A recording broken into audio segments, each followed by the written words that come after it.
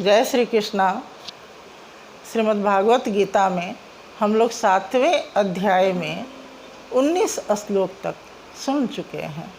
भगवान श्री कृष्ण ने 7वें अध्याय में अपने प्रभाव को बताए हैं।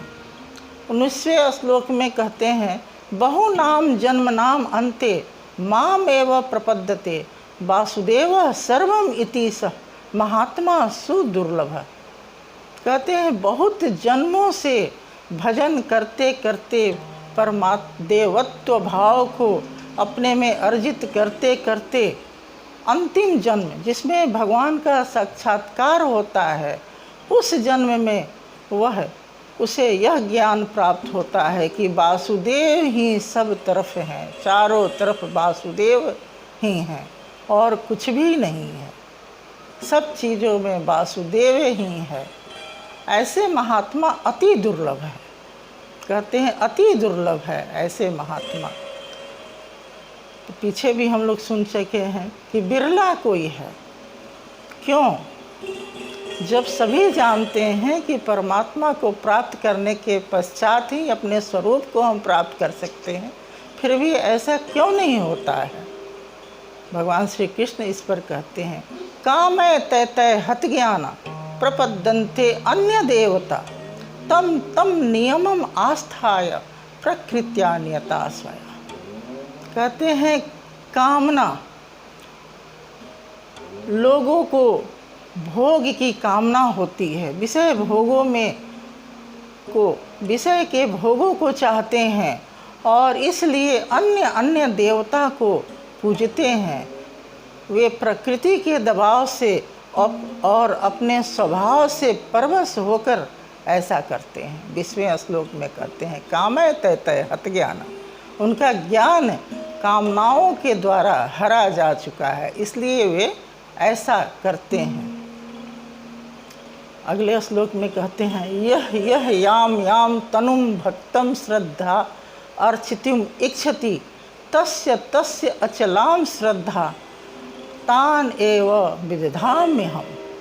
कहते हैं जो जिन जिन भोगों को चाहता है, जिस देवता में अपनी श्रद्धा रखता है, जिस भोग की इच्छा करता है, उस भोग को मैं ही देता हूँ। उनके कामनाओं, उनके कर्मों का फल मैं ही देता हूँ और उस देवता में उन्हें स्थित कर देता हूँ। जिस देवता को पूज कर वे आप अपने कामनाओं के फल को चाहते हैं, उस देवता में उन्हें स्थिर कर देता हूँ।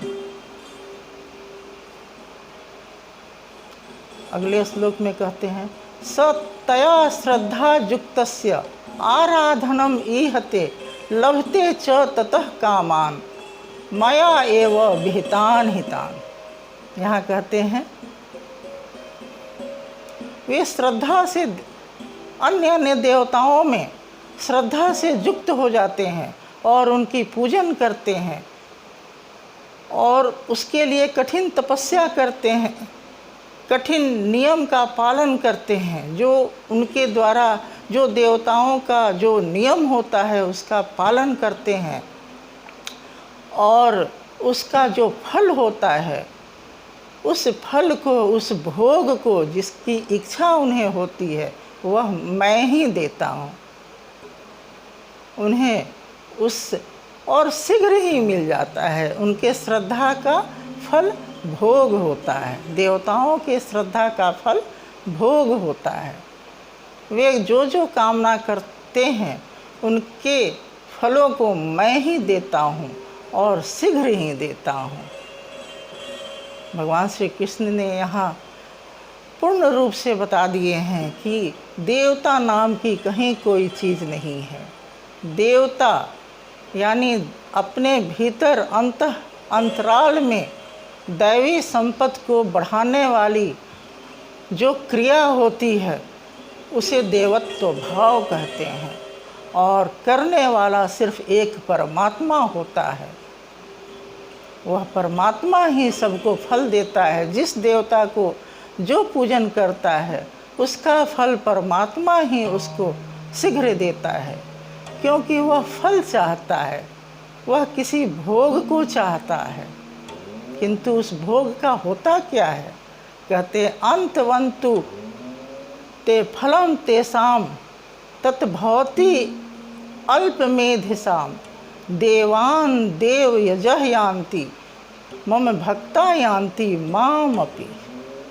कहते हैं जो फल जो मिलता है उन्हें अपने पूजन का, जो नियम पूर्वक पूजन करते हैं देवताओं को समझकर, किसी देवता के विग्रह का, किसी देवता के स्वरूप का, उसका जो भोग होता है, जो इच्छित फल उनका होता है, वह नाशवान होता है।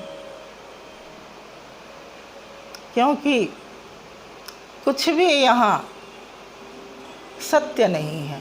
आत्मा और परमात्मा के सिवा कुछ भी ऐसा नहीं है जो सत्य हो, सब नाशवान है। इसलिए वह नश्वर होता है वह फल। अल्पमेधिसाम, वह बुद्धिहीन जो होता है वह फल की कामना करता है और उसे प्राप्त करता है, लेकिन अंतवंतु फलम तेषाम तत्भवति अल्पमेधिसाम, वह क्षण भर के लिए वह फल होता है। और कहते हैं यहाँ देवान देव यजः यान्ति, और जो देवता को पूजता है, देवता के किसी भी विग्रह को पूजता है, वह उसी को प्राप्त होता है।